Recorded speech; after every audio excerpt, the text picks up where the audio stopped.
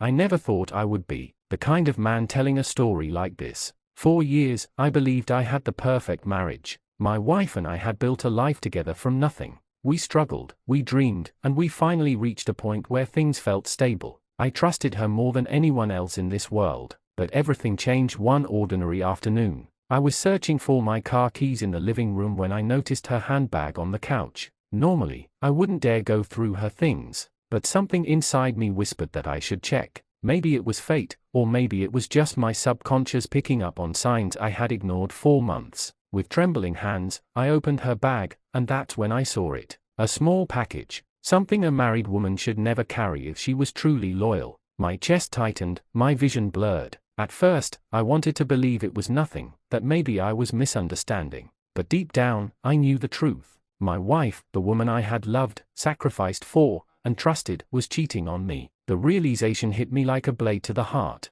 My mind raced with questions. Who was he? How long had this been going on? Did everyone know but me? For days, I couldn't sleep. I replayed every detail of our life together, searching for signs I had missed. The late-night phone calls, the sudden business trips, the way she stopped looking me in the eyes. It was all there, and I had been blind. But then, something inside me shifted. I realized that tears wouldn't fix this. Anger wouldn't fix this. No, if she wanted betrayal, then she would taste the bitterness of consequences. I started planning. Every detail of my revenge had to be flawless. She had humiliated me, destroyed the trust I gave her, and treated me like a fool. But I would not remain a fool. I would strike back, not with violence, but with something far more unforgettable. And the first step was to pretend nothing had happened. When she came home that night, smiling like nothing was wrong, I forced myself to smile back. I kissed her on the cheek, cooked dinner, and asked about her day. She had no idea that her lies had already been exposed.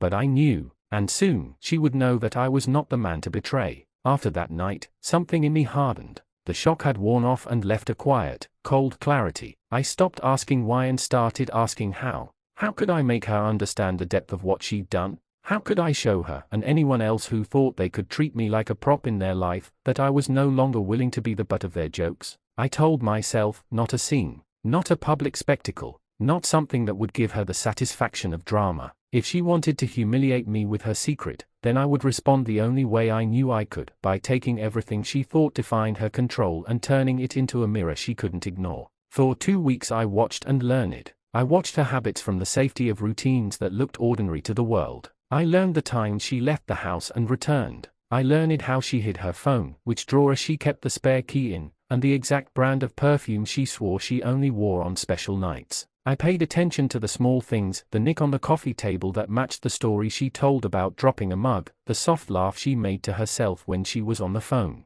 All of it became fuel. I didn't confront her. Confrontations are for people who still hope for apologies. I planned everything like a director staging a play, meticulous, controlled, and with a single audience in mind. Step 1, credibility. I needed her to believe I was still the same man she'd taken for granted. So I exaggerated my normalcy. I played the part of the doting husband with almost painful attention to detail. I picked up her dry cleaning, listened to her stories about colleagues, and even pretended to enjoy the movie she liked. Every laugh I faked, every smile I mustered, was an actor's tool, a way to guarantee she didn't suspect a thing. Step 2, exposure. She had to be faced with a truth she couldn't run from, but I refused to make it about violence or public humiliation. I wanted humiliation of a subtler kind, pride stripped away in a place she expected safety. I would make her see consequences in the language she respected, reputation, trust, and the circle of people she relied on. The opportunity arrived on a rainy Thursday. She had a lunch planned with friends, the kind of lunch that mattered because it was filmed in selfies and shared in stories. She would dress carefully, laugh precisely, and post images that whispered of a life without cracks. She would be vulnerable to exposure in the one arena she cherished, the curated image. I set the stage months earlier without her knowing. Quietly, I'd made contact with someone from her past, not an enemy, but someone who had been hurt by her half-truths.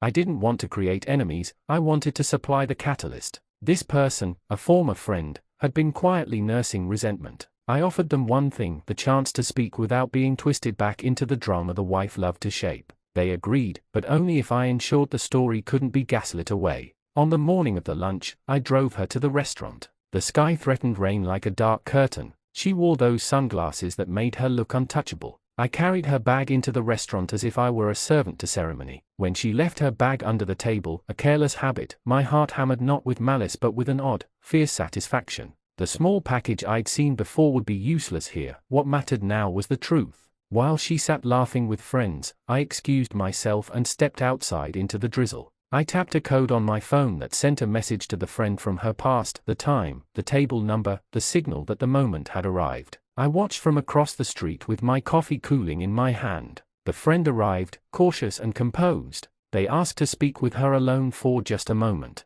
She, ever confident, agreed. The words that spilled over the next 10 minutes were not loud enough for the whole room, but they were sharp enough for those who mattered. A name mentioned here, a date there, a crucial message that overlaid the curate life she posted with a shade of truth she could not scrub away. When she emerged, the composition of her smile had changed. Some of the laughter leaked like air from a balloon. She texted while she walked, her fingers fumbling. A refined panic replaced the coolness she perfected. But this was not the end. My plan required a backlash she could not dismiss, a consequence in a place she trusted most, home. I needed something tangible to remind her that the choices she made outside the house reached in and touched our life. That night I did something she would never expect. I removed the little things she used to assert control, not her clothes, not money, not valuables, but the small sensory anchors she used to compose her image. I rearranged her shoes so the ones she relied on for confidence were out of place. I deleted a curate playlist she'd used to soothe herself after a public display. I left tiny notes where she'd look, a receipt from a dinner she denied, a screenshot of a message her lover had sent in the quiet hours, a lyric she loved that suddenly sounded hollow in the right context. These weren't random acts of malice. They were breadcrumbs. I wanted her to follow them into the realization that she had been living an edited life and that somewhere in the edits, she had cut me out. She found the notes the next morning. At first she was confused, then defensive, and finally, when patterns stacked and evidence accumulated, she was furious. Her anger was sharp but directionless, aimed at anything that moved. She accused me of snooping. She accused me of lying. She accused the universe of conspiring against her perfect story. I held my ground. I stayed calm. I let her rage pass like a storm through a town that had already been evacuated. That night, for the first time since discovering the package, she asked the one question I had been dreading: why are you doing this? Why indeed? I told her, in the careful voice of someone who had already rehearsed every possible outcome: because you chose to betray what we built. Because I can no longer be complicit in the life you pretend to love. She laughed then, a brittle laugh. Is this mercy? She asked. Is this the punishment you think will fix you? No, I said. It's a mirror. And when you look into it, you will see everything you've been pretending isn't there. I won't destroy you. I'll give you a chance to choose. The next few days were a study in psychological chess. She started to double-guess her actions. The man she was seeing became a ghost in her messages, sudden, unresponsive. Friends who had once orbiting her life with admiration now kept polite distance, lips pursed with questions they would not voice. The Instagram posts dried up. The lunches dwindled. Her world, once shimmering and curate, developed small cracks that let in cold air. And yet, it wasn't enough. The plan had been to show her the cost of her choices, but also to give her an opening to come back, not because I wanted her back, necessarily, but because I wanted truth. There is a portion of vengeance that is cruel and another that is corrective. Mine leaned into the latter. I wanted her to make a choice before the world made it for her. But life, as it always does, resists scripts. One quiet Thursday evening, the kind that insists on normalcy but brings the most devastating clarity, she packed a small bag and left the house without a backward glance. She left a note that was both an accusation and an abdication, words like freedom and truth scrawled in shaky ink. She claimed she could no longer live under what she called my slow campaign of torment. She swore she never wanted to speak to me again. I should have felt triumphant. Instead I felt hollow, as if I had pushed a boulder off a cliff and discovered that the fall did not lift a weight from my chest but left an echoing cavity. Weeks went by in which I learned the most dangerous lesson of all: revenge can close one door but open another you did not expect. Those nights, lying in an empty bed, the victory I had imagined tasted of ash. The retelling of what happened spread in small ripples through the circle she once dominated. Some people praised me for revealing truth. Others condemned me for cruelty. And there were those who simply watched, waiting for the next chapter. The story was no longer just about her. It had become about me, about what I was willing to become in response to betrayal, and whether the man I saw in the reflection was one I could live with. Then, on a rainy evening much like the one where this began, the phone rang. It was a number I did not expect. The voice on the other end was not hers. It was the friend I had arranged the lunch with months ago, the one who had the courage to tell the truth. There was urgency in their tone, something that made the hairs on my arm stand up. "You need to see this," they said. "It's not over. She isn't who you think she is." I didn't ask how. I didn't ask why. For the first time since the package in the handbag, my curiosity outweighed my plan. I headed out into the rain, the city washing past me in streaks of light. I was no longer plotting revenge. I was chasing an answer. And as I crossed the street, I realized that revenge is a long game, and that in my attempt to fix one betrayal, I might have stumbled into something far more complex, a truth that would force me to decide who I truly wanted to be. The rain was relentless that night, drumming against the windshield as though the sky itself was urging me forward. The phone call still echoed in my ears. "She isn't who you think she is." I parked outside the quiet cafe where my old ally, the friend who had exposed my wife's lies at that lunch weeks ago, had asked me to meet. The place was nearly empty. A few people sat hunched over steaming cups, strangers wrapped in their own storms. In the far corner, the friend waited, their expression tense, their fingers drumming nervously against a ceramic mug. As soon as I sat down, they leaned in, their voice low, urgent. "You thought you uncovered the truth," they whispered. "But what if I told you that what you found was only the surface?" My stomach tightened. I had lived with the sting of betrayal for months. I thought I had seen the worst. I thought I had exposed everything. But there was a glimmer in their eyes that told me I was wrong. "What do you mean?" I asked, my voice sharper than I intended. They slid a small envelope across the table. Inside were photographs, grainy, taken from a distance. In each, my wife appeared, sometimes laughing, sometimes talking seriously, with a man I had never seen before. Not the supposed lover I had imagined, but someone else entirely. "This man," they said, tapping a finger against one photo, "is not who you think. He isn't just some affair. He has money, power, connections you don't want to cross." I stared at the picture, my pulse racing. "So you're telling me, she wasn't just cheating?" "No," the friend replied. "She was building something, and you were in the way." The words cut through me like ice. My mind replayed every detail, the secretive phone calls, the night she claimed to be working late, the little bursts of unexplained money that appeared in her spending. Could it be that I had misunderstood everything? That it wasn't just about betrayal, but something larger, darker? I felt the world shift under my feet. Revenge had driven me this far, but now I realized I was walking into a story that wasn't mine alone. "Why are you showing me this?" I asked, suspicion creeping into my voice. "Because you deserve to know," they said firmly, "and because if you don't act carefully, you'll be the one who pays the highest price." That night, I returned home to an empty house. My wife hadn't come back since the night she left with her bag. The silence in the rooms felt oppressive, like walls closing in. For the first time, I wondered if my revenge had forced her deeper into something I couldn't control. I poured myself a drink, but the burn of the whiskey did nothing to steady me. Instead, I went to my office and spread out the photographs on the desk. Each one felt like a piece of a puzzle, but the image they formed was terrifyingly incomplete. I began digging. Old emails, receipts, credit card statements, things I had once ignored as everyday noise now glowed with hidden meaning. Hotel bookings in cities she had no reason to visit. Expensive dinners charged to cards she claimed were for clients. Even a flight booked under an alias, one I only discovered because the last 4 digits of the card matched ours. The deeper I went, the darker the picture became. This wasn't an affair. This wasn't just betrayal of the heart. This was strategy. She had been hiding an entire double life. And the man in those photos, he wasn't just anyone. A quick search revealed his name linked to real estate firms, shadowy businesses, and rumors of dealings that brushed dangerously close to crime. My wife hadn't simply betrayed me. She had tied herself to someone powerful, someone dangerous. For days I hardly slept. My revenge now seemed childish compared to the storm I was uncovering. I thought I had punished her, but what if I had merely pushed her further into his world?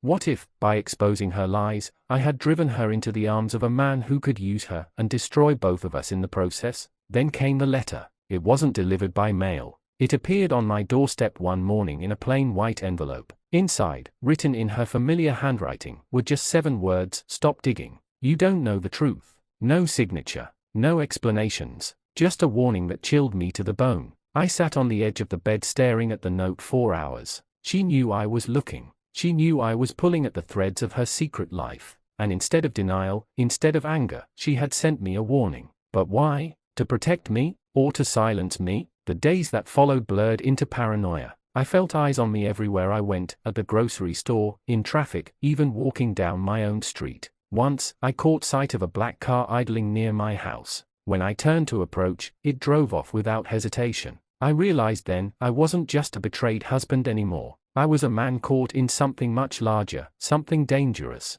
And yet, the fire of revenge that had carried me this far refused to die. If she wanted me to stop digging, that only meant one thing: there was something worth uncovering. So I made a choice. I would follow the trail to its end, no matter where it led, no matter what it cost. Because betrayal had already taken everything from me, the only thing left to lose was fear. And as I stared at the photographs one last time, my heart pounding with a mix of dread and determination, I realized something. This wasn't just a story about a wife who betrayed her husband. It was about a secret powerful enough to destroy us both, and I was about to uncover it. The night after I found her letter, I couldn't sleep. The words circled my mind endlessly: stop digging. You don't know the truth. I paced the house like a ghost in my own home, every shadow whispering questions. Why warn me? Why not just disappear and never look back? Unless she still needed me. But for what? Protection? Silence? Or something darker? I poured another drink, but the burn no longer calmed me. Instead, I opened my laptop, staring at the photographs again. The man with her, his face cold, his eyes sharp, haunted me. The more I researched, the deeper the abyss became. Rumors said he controlled companies that didn't officially exist. He owned buildings under fake names, moved money across borders, and erased people from their own lives with a single phone call. People said he had allies in places that mattered: police, politicians, judges. And now, my wife had stepped into his orbit. The first direct threat came 3 nights later. I was walking home from a late errand when I felt it, the weight of eyes on me. At first, I thought it was paranoia again. But then I heard the steady rhythm of footsteps behind me. Slow, deliberate, matching my pace. I turned a corner sharply. The footsteps followed. Finally, I stopped and spun around. A man stood at the end of the street, half hidden under the orange glow of a street lamp. He didn't move. He didn't speak. He just watched. And then, almost casually, he lifted his phone, snapped a photo of me, and disappeared into the night. My blood froze. It wasn't random. It was a message: we see you. The next morning, a small box appeared on my doorstep. No note, no return address. Inside, there was a USB drive and a single photograph: my wife, sitting in a car with the man from the pictures. Her face was pale, her expression tense, almost frightened. I plugged the USB into my computer with trembling hands. Videos, dozens of them, grainy security footage, audio recordings, conversations I shouldn't have been able to hear. In one clip, my wife's voice whispered urgently: he doesn't know. He can't know. If he finds out, it will destroy him. My breath caught. Who was she talking about? Me? The man? Someone else? The deeper I went into the files, the more dangerous it became. Bank transfers in her name linked to shell companies. Meetings with men whose faces were blurred but whose reputations were whispered about in news articles filled with the word corruption. And then, one final video. A hidden camera in what looked like a hotel room. My wife, pacing, holding her phone. And then the man appeared, placing a hand on her shoulder. She flinched. He said something I couldn't hear. She nodded, her hands trembling. I slammed the laptop shut, my chest heaving. This wasn't an affair. This was something else entirely. And my wife wasn't just betraying me. She was trapped. I couldn't take it anymore. That night, I drove to the last address listed in the files. A quiet apartment building on the edge of the city. I parked in the shadows and waited. Hours passed. Midnight came and went. And then, there she was. My wife. She looked thinner, weaker than I remembered. Her eyes darted around nervously as she hurried to the door. I got out of the car and stepped into the light. Her eyes widened. She froze. For a long, heavy moment, we just stared at each other. Finally, she whispered, "You shouldn't be here." "Neither should you," I replied, my voice sharper than I intended. "Tell me the truth. All of it. Now." She shook her head violently. "If I tell you, you'll be in danger. More than you already are." "I'm already in danger," I said, stepping closer. "They are watching me. They know everything. Do you really think you can keep me out of this?" Tears filled her eyes. She looked around, as if even the walls might betray her. Then she leaned in, her voice trembling. "He isn't just my lover. He owns me. If I walk away, I'm dead. And if you don't stop, you will be too." The words struck me harder than any betrayal ever could. My wife wasn't cheating. She was surviving. And now, by pulling at the threads of her secret life, I had tangled myself in a war I didn't understand. She begged me to leave, to forget everything, to run while I still could. But as I looked into her terrified eyes, I realized something. The woman who had broken me, the woman I thought had betrayed me, was a prisoner, and the man holding the chains wasn't going to let her go easily. I had two choices. I could walk away, abandon her to the darkness she had chosen, or been forced into, save myself, or I could fight, step into the storm, risk everything to drag her out of it, even if it meant losing my own freedom. And as the rain poured down outside that apartment, one truth settled in my chest like fire. This wasn't just about revenge anymore. It was about survival. It was about redemption. And it was about war. The decision had been made before I could argue with myself. I wasn't walking away. I couldn't. Whatever she had been dragged into, whether by choice or by force, was now my problem as much as hers. The world had narrowed to a single point: pull her out, or watch everything burn. First, I needed allies. Not friends who would cheer me on. I needed practical people who could move in shadows and pull strings without asking too many questions. People who knew how to turn a file into an alibi, how to make a face disappear from a photo, or how to find a safe route through the city when the streets seemed to be lined with eyes. I went to the friend who had first given me the photographs, the one who had told me the truth at that lunch. They weren't the type to come easily. They were cautious, scarred by a past of compromises. But when I told them what I'd found on the USB, their jaw tightened. They admitted something I had not expected: they'd been watching the man too, quietly, for years. Not out of loyalty to anyone, but because he had a way of sliding past the law and leaving nothing but whispers. "Help me," I said simply. They considered me for a long time, then nodded. "You're reckless," they said, "but so are we. Meet me tomorrow. Come alone." We met in a back room of a shuttered bar, the kind of place where people kept secrets in the dark. The friend, called Mara, had maps, names, and a list of contacts scrawled in a handwriting that suggested urgency. She had a hacker she trusted, a driver who owed her a favor, a private investigator with more regrets than clients. We laid everything out. The files on the USB were the backbone: bank transfers, locations, names. The man's businesses were a spiderweb, small companies that fed into larger ones, all of them funneling money and influence to a single center. If we could find the center, we could find a weakness. "We go in quiet," Mara said. "No heroics. We gather proof that ties him to the things he'd rather keep buried. We present that proof to people who can't be bought, and then we get your wife somewhere safe." It sounded simple enough in theory. In practice, it involved 2 nights of reconnaissance, a tale that nearly unraveled when the driver's car was followed, and a close call where the hacker, a slim man with trembling hands, nearly got his laptop taken by men who asked too many questions. Every step raised the stakes. Every whisper of progress seemed to light another fuse. The critical break came from an unexpected place: an accountant who handled the shell company's paperwork and who had a conscience that outweighed his fear. He called Mara and asked to meet alone. He handed over ledgers, transaction chains, and a single name that made us all stop cold. The man in my wife's photographs was connected to a government procurement contract, a string of procurement deals that had lined more than a few pockets, and one that had recently been the subject of muted investigations. "This is the thread," Mara said. "Follow it and you'll find him." We planned a small operation: stake out a warehouse on the outskirts of the city, where the man was rumored to meet his associates. The plan was not to fight but to record: cameras, audio, proof. If he was careless enough to meet in person, he might be careless enough to talk. On the night we moved in, everything hummed with tense precision. Mara's driver, an ex-military man with a calm face, parked in the shadow of cinderblock walls. The hacker routed live feeds to my phone. The investigator kept watch with binoculars. My heart was a heavy drum in my chest. At first, nothing happened. The warehouse breathed silence. Then, shortly after midnight, a convoy of black SUVs pulled up. Men stepped out with the economy of people who had done this many times before. They spoke in low voices. They moved like they were choreography: quick, certain, untouchable. And then I heard my wife's name. She stepped from a car I hadn't expected, flanked by 2 men whose presence made the air colder. She looked smaller than in the photographs, but sharper. When she saw me watching from the shadow, her eyes found mine for a heartbeat, equal parts plea and accusation. I wanted to run to her. I wanted to shout and pull her into me and tell her I'd fix it. Instead, I stayed put, raised the camera, and recorded everything. They went inside. Voices rose, clipped and tense. Names were dropped, numbers shifted, plans discussed with a clinical boredom that made my skin crawl. He was there, the man from the photographs, and he spoke like a man who had eaten fear for breakfast.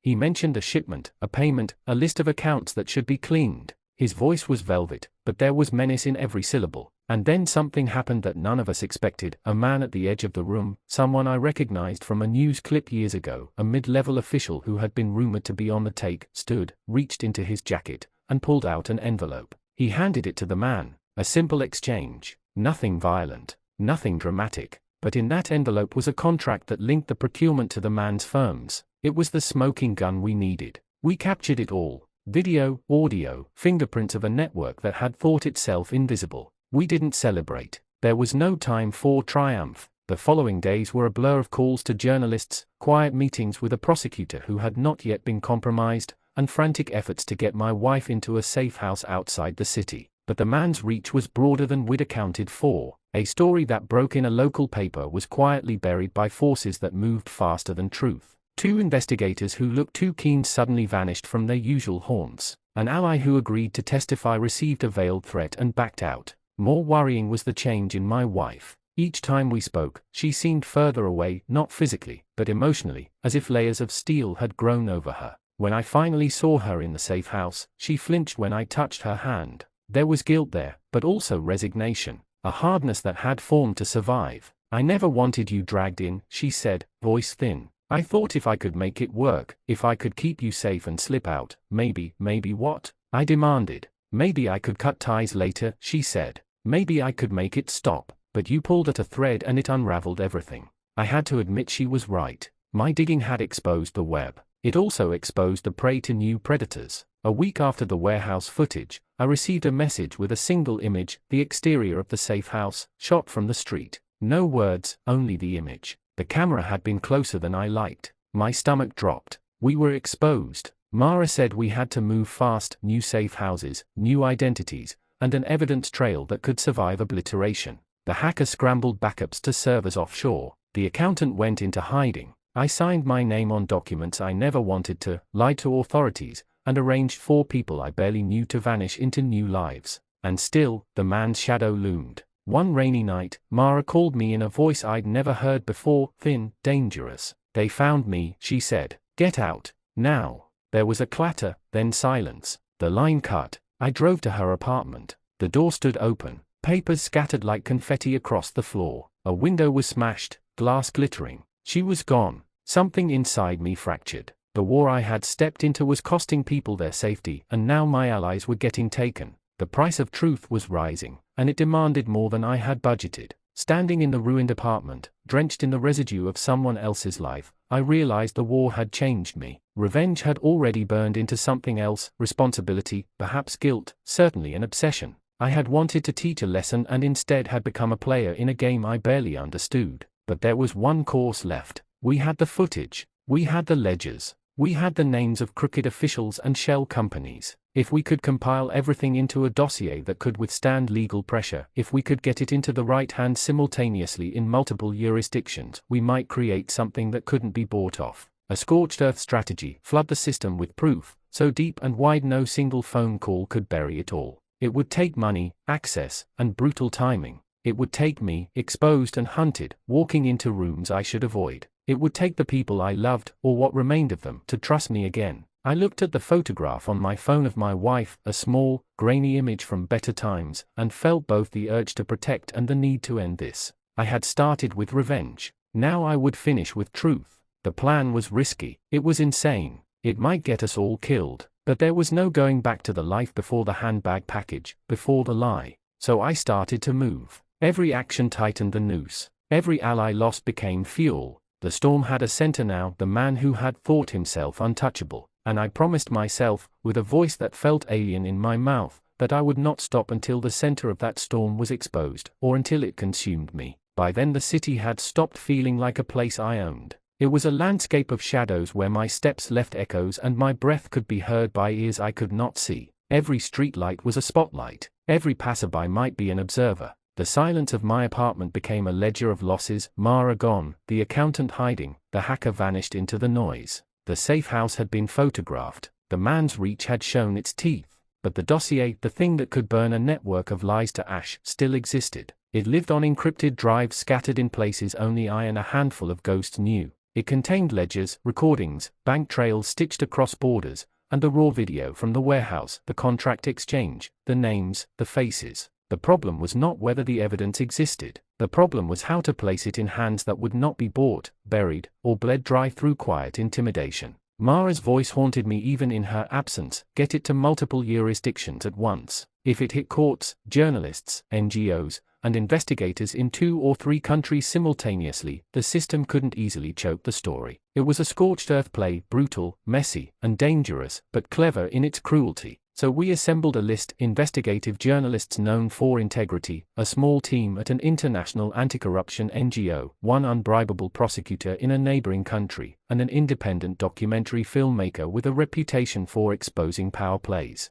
We would hit them all at once. Spread the evidence wide. Let truth become a leak too big to plug. To make it happen, I needed 2 things: access and timing. Access came from a contact I had avoided, an old colleague from days when my life was simpler, someone with diplomatic ties and an appreciation for messy human stories. He agreed to help after I promised him nothing except the truth and a bank account wired with funds I did not have. Timing was a different beast. The leaks had to be simultaneous, coordinated across time zones, and immune to a single point of failure. We spent 3 nights building a chain of custody that would withstand scrutiny, redundancies, mirrored servers in jurisdictions that respected whistleblowers, legal wrappers that would force media to publish. The hacker, who had resurfaced, pale and exhausted, synchronized the drops. The accountant, from a safe location, authenticated signatures. Someone in an embassy agreed to pass a thumb drive to the prosecutor in person, away from digital eyes. The night of the release, I felt like a man on the edge of a precipice, palms raw, each call a prayer. We initiated the cascade. Emails went out. Encrypted messages pinged inboxes. A messenger crossed borders. And then, like dominoes kissed by wind, the story began to unfold. At first it was a whisper, an investigative Substack that posted a summarized leak, a local reporter tweeting a thread with documents, an NGO posting an alert about suspicious procurement contracts. Then came the heavy breath: a television outlet aired a segment that showed the warehouse footage to millions. The man's name, once whispered, started trending. For hours the city pulsed with the light of screens and the smell of fear. But power fights back. Within 24 hours the man's operatives swung. Servers were attacked. 2 journalists received threats. A prosecutor's office reported a security review that sounded like a gag order in translation. My phone, which had been my lifeline, flooded with calls, some from allies, some from numbers I did not recognize. A single photograph arrived, a grainy shot of the embassy car outside the safe house where my wife waited. The message was simple: we are everywhere. Fear is a currency. People value their lives differently. Some allies bowed out,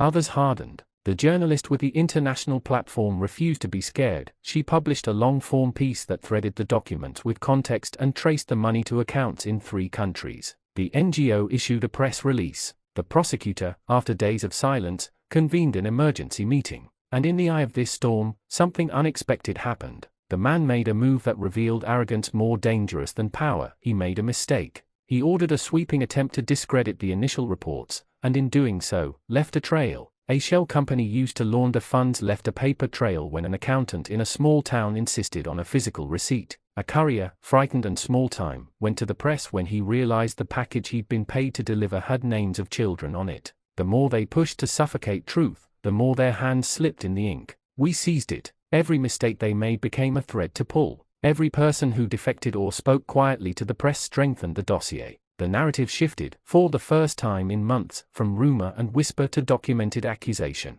But victory tasted thin. At 3 a.m. on the 4th day, while I slept fitfully at a location that no longer felt safe, my phone buzzed with a caller ID I'd learned to dread, an unknown number labeled voicemail. I listened and heard the voice, close enough to feel, my wife. She spoke quickly, her voice reduced to a ragged whisper. They took her, she said. They took someone else. They came for a person I promised I'd protect. They are threatening more than us now. They want a trade. My chest tightened as if someone had clenched a fist inside it. Who took her? I demanded, the words raw. A child, she replied. Someone I was protecting. They've always known I had leverage. Now they've taken it. They say, stop, or the child dies. The world narrowed to a singular, suffocating point. A child, not mine. Someone my wife had shielded. The idea that she had been protecting another life, one that the powerful could use as bait, tore at the fragile scaffolding of my resolve. It explained the warning note, the strange behaviors, the way she had pressed for secrecy. The guilt that had been simmering now became molten.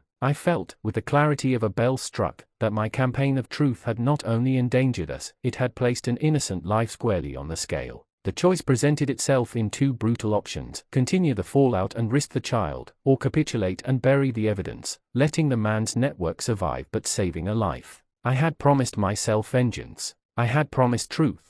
But promises mean nothing if an innocent dies because of them. I called Mara's hacker, breathed details into the phone. We traced IPs, cross-referenced footage, and began the slow, painstaking work of finding the child's location. We would not trade. We would not kneel. But neither would we be stupid. The rescue, if it was to happen, had to be surgical, clean, and impossible to trace back to the safe house. We assembled a small team, two who knew how to move without leaving fingerprints, one who could talk like a man in authority, and a driver who could vanish into the dark. The plan was not heroic. It was desperate: locate, extract, vanish. No cameras, no social media, no drama. On the night we moved, the sky was a flat ink. We tracked a van to an industrial complex outside the city. Men walked like crows, shifting guards in rehearsed patterns. The child, if the voice had been truthful, lay somewhere within that block of shuttered warehouses. We crept in undercover, hearts pounding like twin drums. The air smelled of oil and old paper. The first door yielded to a lock whispered open by the hacker's small device. We slipped inside, shadows among dust and crates. For a moment, nothing. Then a muffled cry, small, terrified, a sound that made everything else irrelevant. We followed it to a room lit by a single bulb. The child was there, hair matted, eyes wide with a confusion that shattered me. When the child looked up and saw me, something broke open inside me, a tenderness I had thought burned away with every step I'd taken toward revenge. We were not out of danger. Alarms tripped in another wing, a guard shouted, footsteps multiplied like thunder. We moved faster, hands trembling with a mixture of fear and holy fury. We shoved the child into the driver's arms and ran. Shots rang out. A bullet kissed the metal near my ear. My left arm stung as something glanced off, but we kept going. The van screeched. We barreled into the night with the world closing in. When we hit the highway, breath ragged and hearts hammering, I looked back at the cityscape, a smudge of lights and sirens and men who would not stop. We had the child. We had the dossier still, though now the stakes were higher than ever. And then my phone lit up with a single message from an unknown number, a photo of a ledger page, smeared with something dark. The text beneath it read, "You saved one. We will take another. Stop or the next one is yours." The line between victory and ruin had disappeared. The war had become an arithmetic of loss. I swallowed bile. I had wanted to expose truth. I had wanted to punish a man who had chewed up lives. Now that the child was safe, I understood the moral acid of my choices. Every ripple of truth could become a wave of hurt. I had traded shadows for light, but the man in the center still had hands. Still, in the passenger seat, the child slept, fragile and trusting. For the first time in months, something simple and pure existed in my life again. I felt something like resolve, not the red heat of revenge but a fiercer, colder clarity. We would not be bullied into silence. We would not barter lives for safety. But the man had shown us a rule: he would answer force with leverage. He would make the world a ledger and write us in blood. And as the city lights blurred past, I realized the only way to win was to change the game entirely, to remove the currency he traded in, fear. We would have to become ghosts with teeth. We would have to expose not only his deals but the people who enabled him, the ones who valued their careers more than a child's life. And so the plan changed. No longer was it simply a dossier. Now it was a life or death gambit, a terrifying escalation where every move could be the last. We drove until the city lights blurred into a smear of neon and rain, until the hum of engines and sirens felt like a distant nightmare. The child slept in the back seat, small and steady, a soft weight that kept me tethered to something human. In the glow of the dashboard, Mara's absence was a hollow that no plan could fill. She had shown us the map, now it was up to the rest of us to walk it. Mara's hacker, pale, hollow-eyed, but alive, patched new routes and safe houses into our phones. The driver drove like a man who kept his hands steady by not looking anyone in the eye. The investigator kept scanning the rearview for tails, chewing on a cigarette that never seemed to get shorter. We were a broken orchestra playing the same desperate tune: don't stop, don't let them find us, and never trade another life. We needed leverage that couldn't be burned, and quickly. The dossier had teeth, but he had reagents, money, influence, and a record of ruthlessness that made men disappear. The new strategy was to move beyond proof and into exposure that would make the cost of retaliation intolerable for his allies. We needed to turn his friends into liabilities, men and women who would choose careers over corpses. Step 1. The network map. Using the accountant's threads, the hacker spidered the man's contacts into a constellation of names, procurement officers, shadowy intermediaries, a forum of shell corporations, and a roster of politicians who had quietly benefited. We began to thread them into stories, emails here, payments there, recorded phone calls tying dinners to contracts. Step 2. A beacon. We arranged for one small, incontrovertible story to be delivered into the hands of a reporter in a jurisdiction the man respected, someone whose reputation would make a phone call to silence them politically costly. The reporter agreed to run a piece the moment the evidence landed, legally vetted, airtight, and shovel-proof. It was a calculated strike, release in the right place, at the right time, with the right messenger. Step 3. Distraction. While the legal and media machinery prepared to drop, we executed covert actions to misdirect his reach. Small fires in the form of fake leads, anonymous tips, and a trail of breadcrumbs that led operatives on wild chases across the city, anything to keep them chasing shadows while we moved real pieces. The night the reporter published, it felt like a detonator had been pulled. The story landed with surgical precision in a paper read by bureaucrats, bankers, and the kind of nervous men who slept with one eye half open. Within hours the man's financial custodians were asking questions. One by one, the things that had kept his network afloat, bank accounts, shell corporations, trusted courier routes, hiccuped under scrutiny. A subcommittee called an emergency session. A procurement official placed on leave invoked a procedural review. The man's inner circle started making phone calls that sounded panicked. It was the sound of a machine losing oil. But he doubled down. He had the resources for counterattacks, and he used them with a surgeon's patience. A smear campaign hit the reporter's inbox. A trusted ally on the prosecutor's team was reassigned under the vague heading of personnel reorganization. One of our safe houses was compromised, someone had left a trace. Blood pressure rose, sleep evaporated. That's when the first real price hit home. The child we'd rescued, the one whose trust had been our lodestar, woke screaming one morning. Someone had found them in the new safe house, slipped a note under the door, "We know where she sleeps. We can find her. We will take what we want." It was a threat written not in bravado but in quiet certainty. We moved again. We layered security like armor, but every move felt like a ripple across a frozen lake, one step, and cracks spidered outward. One night, I found an envelope taped to the underside of my car. Inside, a single Polaroid of a woman I vaguely recognized from a charity event years ago, the woman who had fronted for some of the man's businesses. She wore a smile that had been painted on, and in the caption, "A threat, tell the world, and we will tell hers." The edges of the war were sharpening into something worse than fear, moral arithmetic. To expose him fully might mean sacrificing innocents who had been used as shields. To hide meant letting him breathe, rebuild, and use another child as a pawn. There was no perfect choice. So we chose the one we could stomach, escalation with precision. If he wanted to trade lives, we would change the currency entirely. Instead of trading lives for silence, we would trade reputations for accountability, force his allies to protect their papers and their careers rather than his secrets. The second strike was audacious. Using the web of names we'd compiled, we arranged a stage leak, a set of audio transcripts, legally authenticated, that directly implicated a mid-level minister in bribery. The minister had been a quiet facilitator for several of the man's procurement wins. If this went public, it would spark an inquiry that would require witnesses, testimony, and, most importantly, exposure of the man's chain. The leak landed, and the minister's office erupted. The minister called in aides, lawyers, and PR teams. The pressure was immediate and suffocating, but the man hit back with asymmetric ferocity. Instead of a public blow, he struck privately. He kidnapped a local courier who'd been helping us, and sent a video.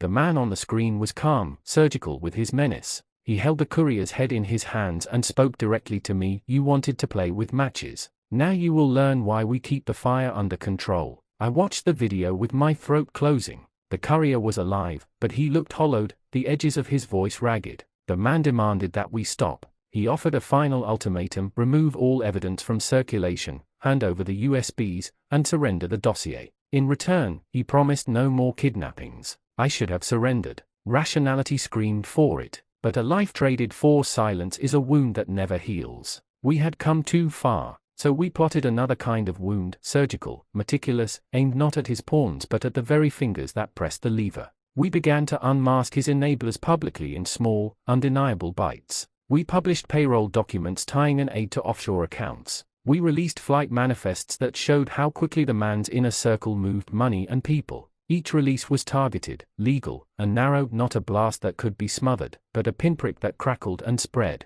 One by one, those with reputations to protect started to flinch. The courier was released, battered, but alive, and returned with a story that confirmed what we had published. He had been roughed up inside a warehouse, but he'd seen paperwork, names, dates, signatures. He knew now, in a way he didn't before, that the man's network depended more on the silence of institutions than on threats. The prosecutor we'd quietly contacted surfaced publicly, demanded an independent panel, and for the first time, a courtroom oath was spoken that could not be easily dismissed. Telephone records, subpoenas, and the slow mechanics of law began to move in a direction that felt dizzying and right. Yet the man's reach was not just legal or financial, it was personal. The night the prosecuting attorney signed the first warrant, someone tried to set the safe house ablaze. Flames lit the exterior. We evacuated with seconds to spare. The child screamed and clung to me like a talisman. That night, as the city burned in distant, unrelated fires, I realized our war had become an arson of morals and minds. We were all walking through smoke. The cost mounted, allies vanished, reputations tarnished, the hacker's hand shook so badly he could barely type. But for every attack the man made, for every informal night he tried to field, a new light shone in another direction. Investigative journalists dug deeper. International NGOs began to whisper. A foreign office quietly requested cooperation. The man started to look less like a phantom and more like a man who could be cornered. And then came the revelation that ripped the floor from under me. Mara had been more than an informant. In a hard drive she'd left, encrypted and unnamed, she had kept a list not just of the man's transactions, but of people he had leveraged with personal favors, promises of care, discreet protection for unsavory acts, and even a list of names he'd used as shields. Among those names, in a handwriting I knew all too well, was one I had trusted, my old colleague who had helped with diplomatic channels. I replayed our last conversation in my head, the thin smile, the promise to assist, the willingness to help for a fee. I realized with a nausea that cut through me that we had been using people who may have been double agents, men who could be bought not only with money, but with secrets that kept their families safe, their careers intact. The betrayal was a low, old sound, like a ship tearing its moorings. If even those we trusted were compromised, then our map had holes. The man had been careful, he had built redundancies within redundancies. To win, we needed one more thing, an irreversible move that would make compromise too costly even for the compromised. That move came in the form of a confession tape, recorded on an old camcorder Mara had stashed away like a relic. In it, a senior accountant associated with the man spoke with a voice that trembled but was unmistakable. He detailed transfers, named intermediaries, and, crucially, confirmed the procurement contract detailed in the warehouse footage. The tape was dated, voice authenticated, and legally notarized by a friend in a distant jurisdiction. It was the kind of confession that could withstand the kinds of gaslighting the man relied on. We leaked the tape to 5 outlets at once. Broadcasts played it in the morning. Social feeds echoed the snippet in the afternoon. The man's inner circle began to fracture publicly. Phone calls leaked, allies withdrew statements, and one by one, people who had once looked at their careers as untouchable began to weigh which they valued more, a tidy silence or a future with a name they could speak in public. The man reacted like a wounded animal, angry, erratic, dangerous. He lashed out in isolated, cruel ways that left scars but also revealed something. He was not invincible. He was human, and human things can bleed. But he still had cards he hadn't played, last resorts that could wreck lives in one quiet, efficient stroke. That's when the message arrived, handwritten and simple, slid under the door of a safe house that no longer felt safe. Stop or the next one is yours. The words were black on white, but the meaning was blood deep. The next who? The child? Me? The courier? It didn't matter, the threat was precise and intended to break my spine. I looked at the sleeping child and felt the world snap into focus. No dossier, no victory, no posthumous moral triumph mattered if a small warm life was used as a bargaining chip. We had to pivot again. Not retreat, pivot. We prepared an impossible gambit. The dossier would be multiplied and disseminated so widely, simultaneously, that no single kidnapping or threat could erase it. We would make every node of his network a public risk. We would make the price of continuing to use terror to silence us unbearable, because the moment one life was taken, hundreds of pockets, thousands of documents, and countless witnesses would be compelled to speak. It was a scalpel and a sledgehammer together, surgical leaks and mass dissemination. It was madness. It was necessary. On the night we executed the final cascade, the city felt electric. Servers pinged. Emails sent. Journalists went live. Social platforms filled with documents and video. People began to speak, accountants turned witnesses, an intermediary called a press conference, and a mid-level politician resigned in disgrace. The man's network convulsed. And then, a sound I had learned to fear, footsteps in the hall. Not outside this time. Inside. Someone at the door. I held my breath as the knob turned, slow and deliberate. The door opened. A figure stood in the doorway, not the man, not an assassin, but my wife. She looked different, older, sharpened by survival, but steady. She stepped inside as if she belonged and sat at the table, looking at me with an expression that filled and emptied the room. "We did it," she said quietly. I almost laughed at the absurdity, at the relief and the grief braided together. "Did we win?" I asked, because I had to know. She tilted her head. "He's not gone, but he's exposed, and for the first time, he's afraid." Outside, the city hummed. I looked at the sleeping child, then at her, then at the stack of encrypted drives and the burned edges of what had almost become ash. We had struck a match that burned through 100 lies. But in the glow, more shapes moved, allies returning to pick up the pieces, enemies plotting revenge, and small lives mending where they could. I understood then that the war would not end with a single victory. It would be a series of fights, scars traded like currency. But for tonight, the child breathed softly in sleep, and the dossier sat where it could do the most good. She reached out and took my hand, her grip firm and human. "We become ghosts with teeth," she murmured, "and we keep them honest." Outside, the city kept breathing. Inside, for a fleeting, blazing hour, we let ourselves believe that the ledger might finally tilt in favor of truth.